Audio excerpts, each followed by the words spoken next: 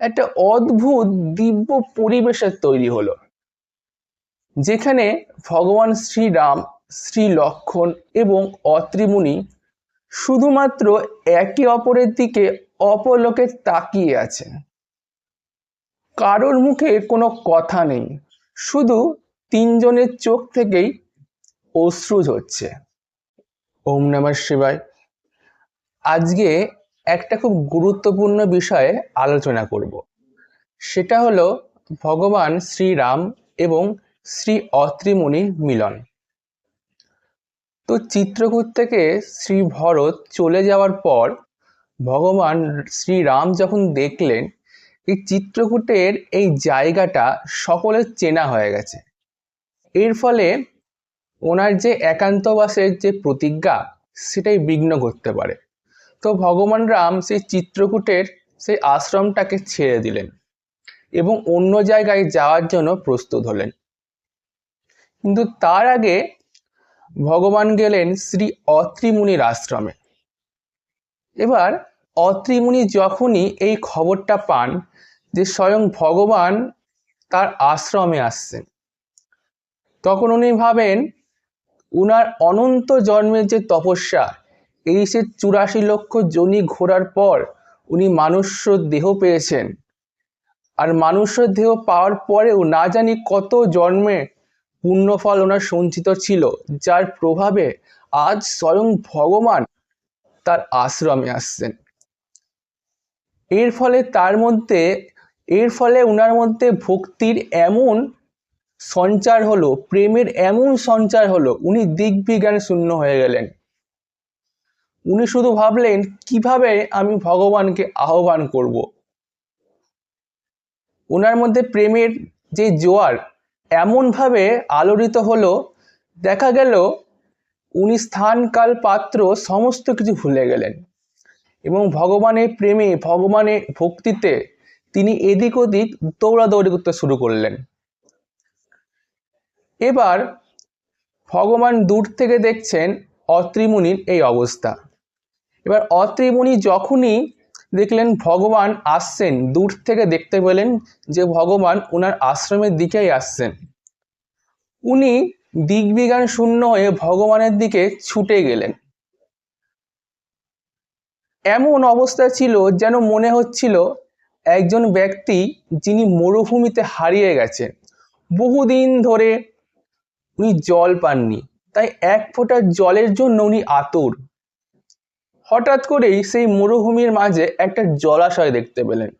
সেই জলাশয়টা দেখতে পেয়ে উনি এক ফোঁটা জল খাওয়ার আশায়, নিজের তৃষ্ণা মেটানোর আশায় যেভাবে ছুটে যান, অত্রি মুনিও সেই একই রকমভাবে ভগবানের দিকে ছুটে গেলেন। উনি এটাও ভুলে, ভগবানের প্রেমে উনি এটাও ভুলে গেলেন যে ওনার একটা আশ্রম রয়েছে, সেই আশ্রমের উনি গুরু, ওনার অনেক শিষ্য রয়েছে, সমস্ত কিছু ভুলে গেলেন। ভগবানের প্রেমে সমস্ত কিছু ভুলে উনি ভগবানের দিকে ছুটে গেলেন। এবার ভগবান রাম দেখছেন অত্রি মুনি ছুটে আসছেন ওনার দিকে। ভগবান সব কিছু বুঝে গেলেন। ভগবান এটাও বুঝে গেলেন যে অত্রি মুনি আর এই সংসারে নেই, ওনার দেহটা হয়তো এই জড়জগতেই রয়েছে, কিন্তু ওনার যে সূক্ষ্ম শরীর সেটা আর ওনার কাছে নেই। ওনার সূক্ষ্ম শরীর এখন দিব্য জগতে বিরাজ করছে। দিব্য জগতে শুধুমাত্র অত্রি মুনি আছেন আর ভগবান শ্রী রাম আছেন, শুধু জীবাত্মা আছে আর পরমাত্মা রয়েছেন। তখন ভগবান রাম দেখলেন অত্রি মুনিকে পুনরায় এখানে ফিরিয়ে আনতে হবে।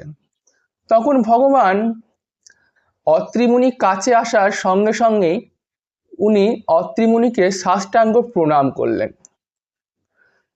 যখনই অত্রি মুনি এটা দেখলেন যে স্বয়ং ভগবান আমায় সাষ্টাঙ্গে প্রণাম করছেন, তখন ওনার চেতনা ফিরে এলো। তখন উনি বুঝলেন, হ্যাঁ, ইনি যতই সেই ঘট ঘট ব্যাপী পরম ব্রহ্ম শ্রী হরি হোক না কেন, উনি এখন মানুষ রূপে মনুষ্য লীলা করতে এসছেন, তাই ওনারও উচিত ওনার এই লীলায় সহযোগিতা করা। তাই পুনরায় উনি নিজের অভিনয়ে ফিরে আসলেন।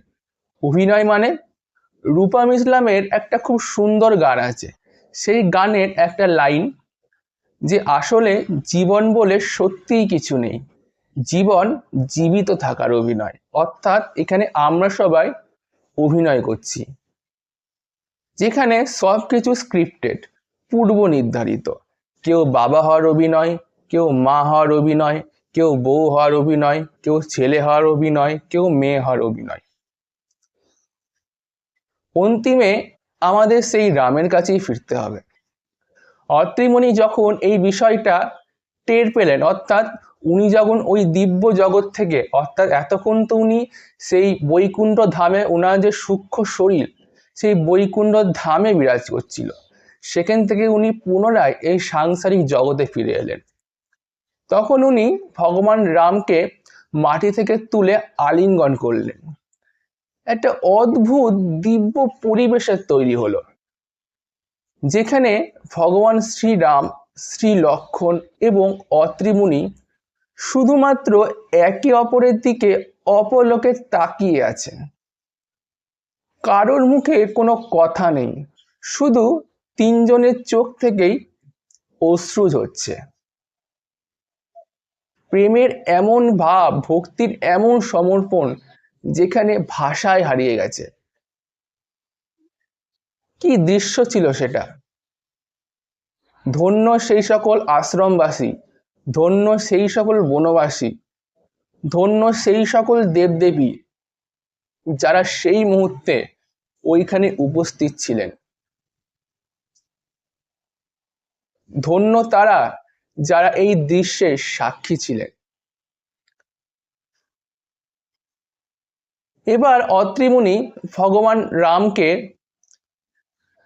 নিজের কুঠিরে নিয়ে গেলেন, নিজের আশ্রমে নিয়ে গিয়ে যথাযথ ওনার সৎকার করলেন, ওনার সেবা করলেন, ভগবানের প্রিয় ফলাদি খেতে দিলেন। এরপরে অত্রিমুনি ভগবান শ্রীরামের একটা অসম্ভব সুন্দর শ্রুতি করলেন, যেটা সর্বত্র প্রচারিত। অনেকে এর গায়ন করে, ভজন করে, অনেক সিঙ্গার এর সুর দিয়ে অনেক গানও করেছে। এক কথায় অসাধারণ সেই শ্রুতি। তো দেখে নেওয়া যাক কি ছিল সেই শ্রুতি। তো এটা শ্রী রামচরিত মানুষের অরণ্যকাণ্ড, ছন্দ নাম্বার 1 থেকে 11। नमामि भक्तवत्सलं कृपालुशीलकोमलं भजामि देवपदं भुजं वकामिनं स्वदामदम् निकामश्यामसुन्दरं भवर्भुनाथमन्दरं प्रफुल्लकञ्जलोचनं मदादिदोषमोचनम् प्रलम्बबाहुविक्रमं प्रभो प्रमेयवैभवं निसङ्गचापसायकं धरं त्रिलोकनायकम् दिनेशवंशमण्डनं महेशचापखण्डनं मुनीन्द्रसन्तरञ्जनं सुरारिवृन्दभञ्जनम् मनोजवैरिवन्दितम् अजादिदेवसेवितं विशुद्धबोधविग्रहं समस्तदूषणापहम् नमामि इन्दिरावतीं सुखाकरं स्वतं गतिं भजे सशक्तिसानुजं शचीप्रतिप्रियानुजम् तदन्धिमूलजे नरः भजन्ति हीनमत्सरः पठन्ति तो भवर्बने वितर्कवीचिसङ्कुले विभक्तवासिनः सदा भजन्ति मुक्तये मुदा निरस्य इन्द्रियादिकं प्रयन्ति ते गतिं सकम् तमेकमद्भुतं प्रभुं निरीह ईश्वरं विभुं जगद्गुरुं च शाश्वतं तुरीयमेव केवलम् भजामि भाववल्लभं सुयोगिनं सुदुर्लभं सभक्तकल्पपादकं समं सुसेवमन्महम् अनूपरूपभूपतिं नहोमुबीजापतिं प्रसीद मे नमामि ते पदं भक्तिदेहि मे पठन्ति ये स्तवमिदं नरादरेण ते पदं भजन्ति नात्र संशय तदीयभक्तिसंयुता पठन्ति ये स्तवमिदं नरादरेण ते पदं भजन्ति नात्र संशया तदीयभक्तिसंयुता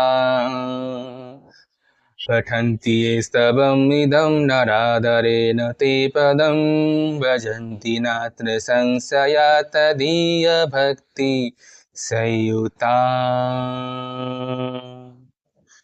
তো প্রথমে কি বলছেন, नमामि भक्तवत्सलं कृपालुशीलकोमलं भजामि ते पदाम्बुजम् अकामिनां स्वदामधम्।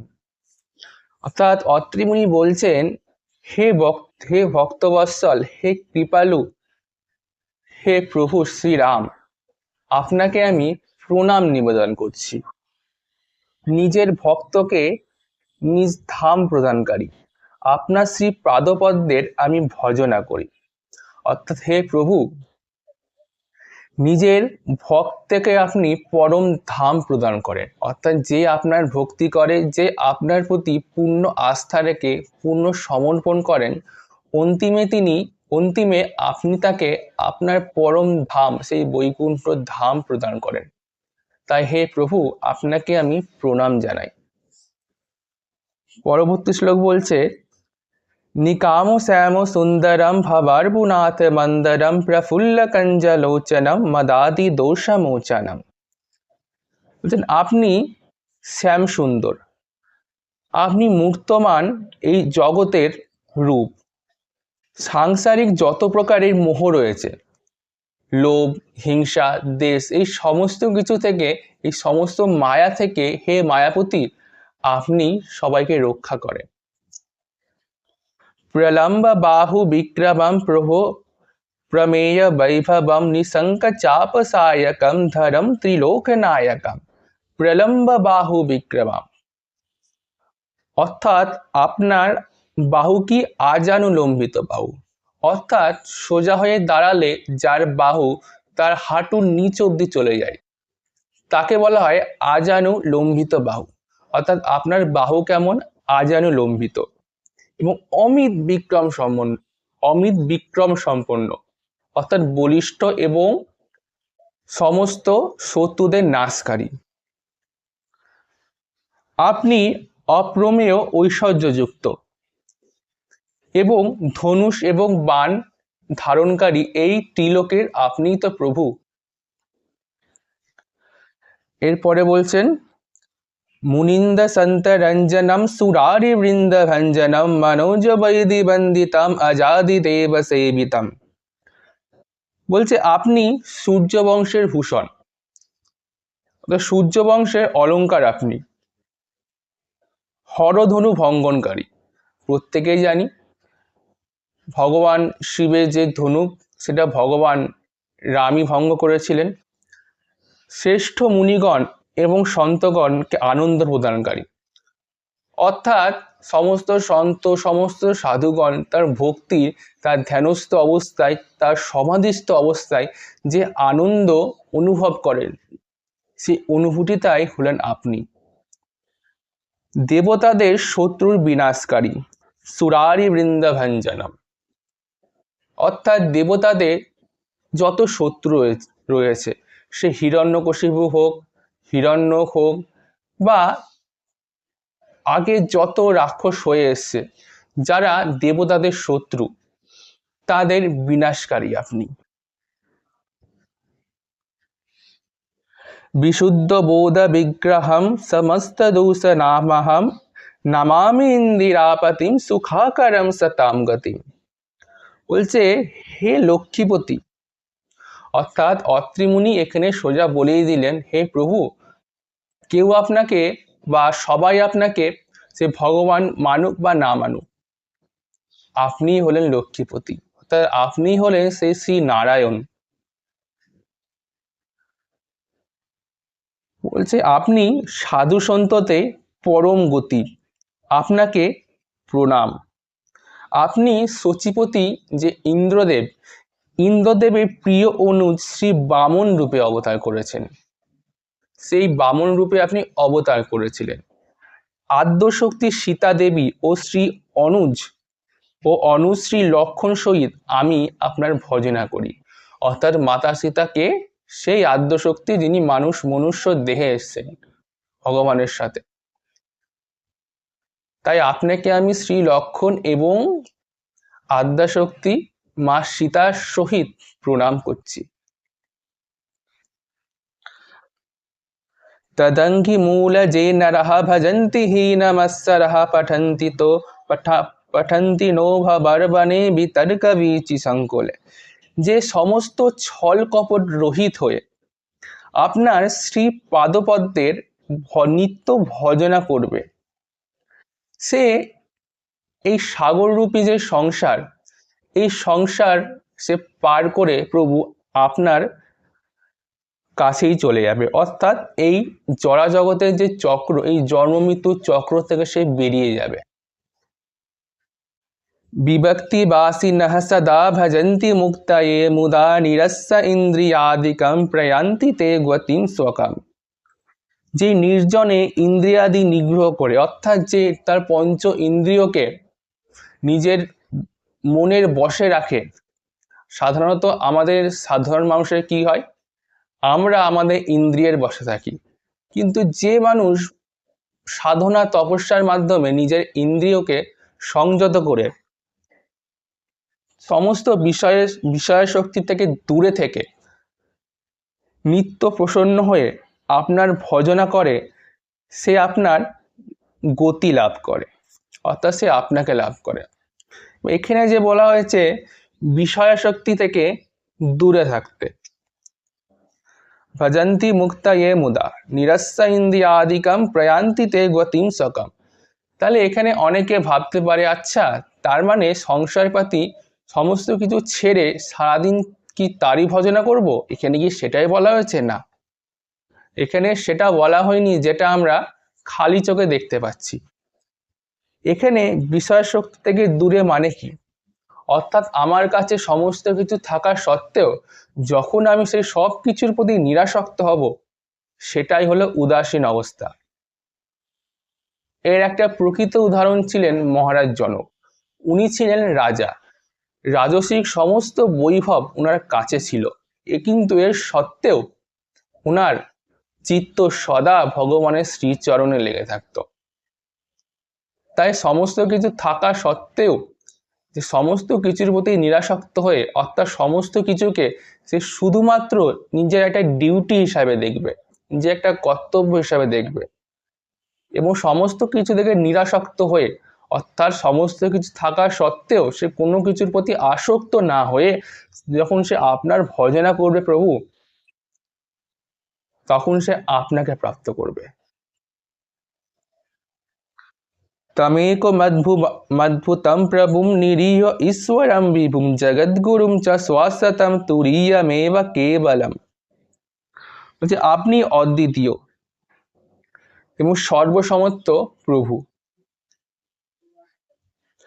আপনি সর্বব্যাপী, আপনি জগৎগুরু, আপনি শাশ্বত, অর্থাৎ যার ক্ষয় নেই, যার জন্ম নেই, যার মৃত্যু নেই। আপনি ত্রিগুণাতীত, অর্থাৎ এই যে তিনটে গুণ, প্রকৃতির এই তিনটে গুণ, রজ তম আর সত্যগুণ, এই তিনটে গুণের আপনি অধিপতি, অর্থাৎ এই ত্রিগুণ আপনার থেকেই সৃষ্টি। আপনি ত্রিগুণাতীত, অর্থাৎ এই ত্রিগুণেরও আপনি ওপরে।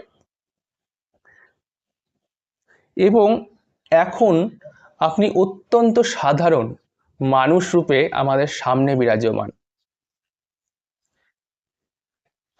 ভজামি ভাব বল্লভম কুয়োগিনাম সুদুর্লভম স্বভক্তকল্প পাদকম সনম মম সুসেব মন্বয়ম। বলছে আপনি ভাবপ্রবণ, যোগ সাধনা বিরহিত বিষয়ী ব্যক্তিদের জন্য অত্যন্ত দুর্লভ। অর্থাৎ আপনি কাদের জন্য দুর্লভ? যারা সকাল থেকে রাত অবধি শুধু বিষয় শক্তি, অর্থাৎ টাকা পয়সা মোহ এইসবেই যারা ডুবে থাকে, যারা মেটারিয়াল থিং এর ওপরেই যারা আসক্ত, তাদের পক্ষে আপনাকে পাওয়া অতি দুর্লভ। আপনি ভক্তদের জন্য কল্পবৃক্ষ স্বরূপ, স্বভক্ত কল্প পাদকম, অর্থাৎ কল্পবৃক্ষ স্বরূপ মানে ভক্তরা আপনার কাছে যা চায় আপনি তাই তাকে প্রদান করেন, সমস্ত কামনা বাসনা পূরণকারী, সমদৃষ্টি সম্পন্ন এবং নিত্য সুখসেব্য। আমি আপনার নিত্য ভজনা করি, অর্থাৎ আপনার কাছে কোনো ভেদ নেই, যে ছেলে এ মেয়ে, কোনো জাতির আপনার কাছে কোনো ভেদ নেই। আপনার কাছে না তো কেউ ছেলে না তো কেউ মেয়ে, আপনার কাছে সবাই সেই জীবাত্মা, যারা আপনার থেকেই এসছে এবং এই মায়ার জগতে এসে তারা হারিয়ে গেছে, ভ্রমিত হয়ে গেছে, এবং অন্তিমে তাদের আপনার কাছেই ফিরে যেতে হবে। अनूप रूप भूपतिम नतोहमूर्विजापतिम प्रसीद मे नमामि ते पदम्ब भक्ति देहि में। হে অনুপম, হে সুন্দর, হে ভূপতি, হে জানকীনাথ, আপনাকে প্রণাম। আপনি আমার ওপর প্রসন্ন হন, আপনাকে বারবার নমস্কার, এবং আপনি আমাকে আপনার শ্রী পাদপদ্মের ভক্তি প্রদান করুন। সকল ভক্তদের মধ্যে এই একটা বিষয় কমন, প্রত্যেকেই ভগবানকে পাওয়ার পর সে হনুমানজি হোক না কেন, বিভীষণজি হোক না কেন, বা যত ভক্তগণ রয়েছেন, প্রত্যেকে ভগবানকে পাওয়ার পর ওনাদের একটাই ইচ্ছা ছিল যে হে প্রভু, আপনি শুধু আমাকে আপনার ভক্তি প্রদান করুন, এছাড়া আমার আর কিছু চাওয়ার নেই আপনার কাছ থেকে।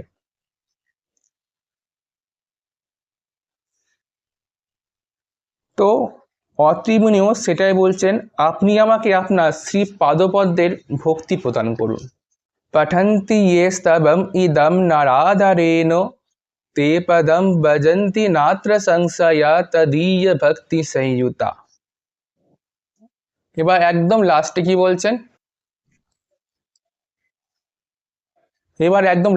বলছেন, এই যে শ্রুতি, এই শ্রুতি যে পরম আদরে পরম ভক্তি সহকারে যে পাঠ করবে, সে আপনার ভক্তিতে নিত্যযুক্ত হয়ে আপনার পরম পদ লাভ করবে। তদীয় ভক্তি সংযুতা ভজন্তি নাত্র সংশয়া, এবং এতে কোনো সন্দেহ নেই।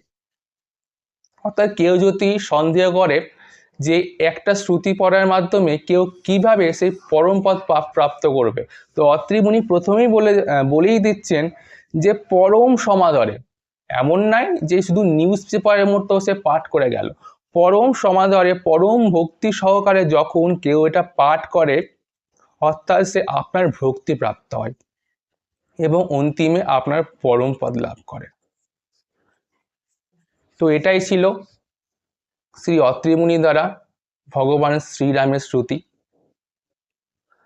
তো আজকের জন্য এইটুকুই, আবার দেখা হবে পরবর্তী কোনো ভিডিওতে। ওম নমঃ শিবায়।